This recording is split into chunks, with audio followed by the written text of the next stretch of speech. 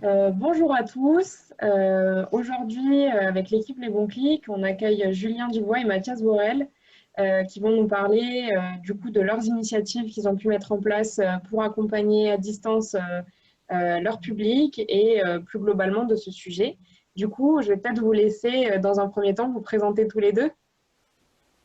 Bonjour, Mathias Borel, coordinateur du projet Centres sociaux connectés sur le croissant sud de la métropole européenne de Lille. Bonjour, Julien Dubois. Je suis directeur du développement et du numérique au sein de l'association Estime et j'étais coordinateur du projet Centres sociaux connectés pendant 3 ans jusque très récemment. Ok, ben merci beaucoup et d'être parmi nous aujourd'hui. Et moi, j'ai une première question pour vous, c'est comment vous avez réagi lors du premier confinement et qu'est-ce que vous avez pu mettre en place justement pour garder le lien avec les habitants et les publics des centres sociaux? Alors, au moment du confinement, on a assez vite pris le pli. On s'est tout de suite réunis entre membres de l'équipe Centres sociaux connectés pour voir ce qu'on pouvait apporter et réagir aux situations d'urgence. C'est comme ça qu'est née la plateforme Mon Centre social à la maison.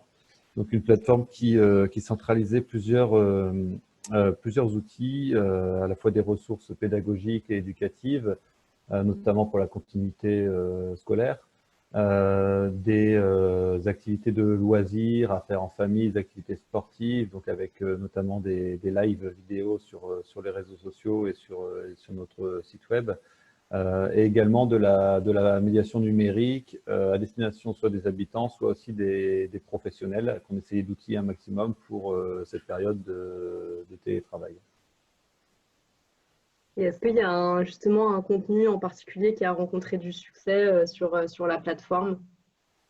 Alors clairement, celle qui est le plus ressortie, je pense, les lives portés sur les animations de loisirs. Donc on avait des ateliers cuisine, des ateliers magie, des activités sportives proposées en partenariat avec d'autres structures.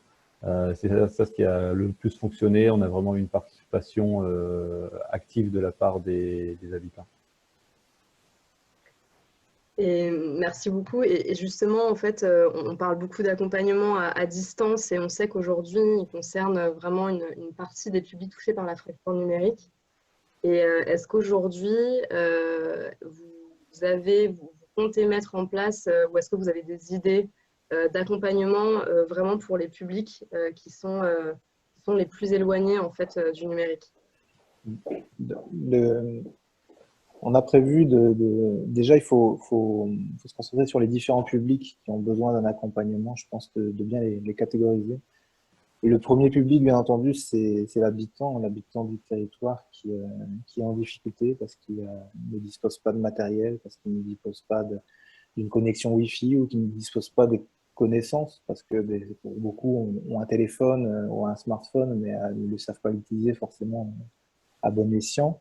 L'idée, c'est de se dire qu'effectivement, on puisse potentiellement mettre en place en fait des médiateurs numériques qui auraient en fait une démarche territorialisée, donc c'est-à-dire pas juste sur son petit territoire avec ses habitants ou les personnes qui viennent dans son centre social, mais se baser par exemple sur des structures de proximité, centres sociaux, CCAS, ou d'autres structures qui accueillent le public et qui peuvent encore l'accueillir dans cette période de C'est ça confinement, parce aussi. qu'aujourd'hui, on est en capacité de le faire. L'idée, c'est que ces structures-là puissent potentiellement accueillir des habitants dans leur cyberespace ou leur prêter du matériel, un animateur qui les accompagnerait également à se connecter, et de faire en sorte qu'il y ait un médiateur numérique qui soit dédié au territoire, qui soit dédié à mettre en place une formation commune sur laquelle tout le monde viendrait en fait se connecter dessus. Ce qui permettrait aux habitants éloignés du numérique de pouvoir accéder à du matériel, d'avoir quand même potentiellement un animateur à leur côté qui leur permettrait de faire le relais du médiateur numérique qui serait centralisé, et pour le médiateur de proposer un contenu qui soit uniformisé, c'est-à-dire de donner un peu les mêmes informations aux habitants, de les former de la même manière, qui permet de monter en compétence de manière très uniformisée sur le territoire, et on trouve que c'est une dynamique très intéressante. Ensuite, bien entendu, il y a aussi des habitants qui sont un peu plus autonomes dans leur démarche et sur lesquels on va continuer d'alimenter la plateforme Mon Centre Social à la maison. Ça va être essentiel de continuer à ce qu'ils puissent accéder à ce contenu-là, à ce qu'ils puissent accéder à du contenu sur lesquels il y a des activités par enfant ou à se former ou à monter en compétences par eux-mêmes puisqu'ils sont assez autodidactes, certains. Tout le monde n'est pas dans cette situation-là, mais il faut qu'on continue à le faire. Je pense que c'est important. Et la troisième type de public, je dirais, c'est aussi d'accompagner les professionnels, en fait. D'accompagner les professionnels qui sont salariés des centres sociaux, des professionnels du territoire, des associations qui veulent développer des nouvelles compétences numériques parce qu'aujourd'hui, c'est le seul moyen de garder le contact avec les publics sur lesquels eux ils touchent. Et on pense que la dynamique des centres sociaux connectés, c'est pas juste une dynamique de centre social, mais c'est une dynamique territorialisée qui va permettre tout ça à son territoire, en fait, sur le territoire de son intervention, et donc de permettre de mettre en place des outils, de mutualiser des compétences, d'acculturer les personnes pour qu'ils puissent ensuite proposer des contenus et des accompagnements spécifiques au public que eux touchent directement. En fait. Ok, super. Bah, merci beaucoup. En tout cas, c'est vrai que toutes ces perspectives, elles sont à la fois enthousiasmantes malgré cette période un peu particulière qu'on vit et on ne manquera pas aussi de relayer le site Mon Centre Social à la maison et puis de continuer à être en contact sur les prochaines expérimentations et les projets que vous pourriez mettre en place. Et du coup, pour terminer, ce que je vous propose, c'est peut-être si vous avez quelques recommandations, les 3 bonnes astuces pour des personnes qui souhaiteraient accompagner, mettre en place voilà, même des lives à distance auprès de leur public ou rester en contact avec eux. Si vous aviez quelques petits conseils à transmettre, ça serait lesquels? Alors, ce qu'on préconise beaucoup et ce qu'on va s'efforcer nous-mêmes de faire un maximum dans les semaines à venir, c'est de maintenir en fait le lien social à travers la présence d'animateurs, de personnel que les habitants connaissent déjà afin de faciliter l'identification. Donc, quand on diffuse des vidéos par exemple, c'est toujours bien de reconnaître la personne qu'on a en face de soi habituellement quand on vient en centre social. Ça, c'est une première chose. La deuxième, ce serait peut-être sur la communication, toujours garder en tête que tout le monde n'est pas connecté, bien loin de là.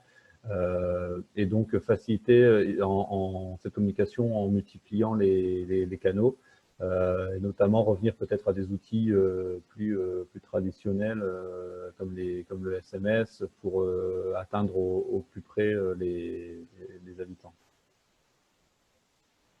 Moi, si je peux ajouter une troisième astuce, ça serait je conseille vraiment, c'est de travailler sur les enjeux de la mutualisation, de faire ensemble. Parce que je pense vraiment, mais ça rejoint les outils ça rejoint ce que disait Mathias sur la communication, tout ça, mais en imaginant qu'il y ait 50 plateformes qui s'ouvrent, c'est formidable parce que 50 acteurs ont décidé de faire quelque chose sur le sujet. Par contre, si c'est les mêmes acteurs sur un même territoire, on va être confronté à des habitants qui vont avoir 50 plateformes sur lesquelles aller potentiellement et sur lesquelles ce sera pas possible. Donc, en mutualisant les moyens, que ce soit humains, matériels, techniques, etc., puisque la technique, c'est pas évident pour tout le monde, hein, faut pouvoir la gérer.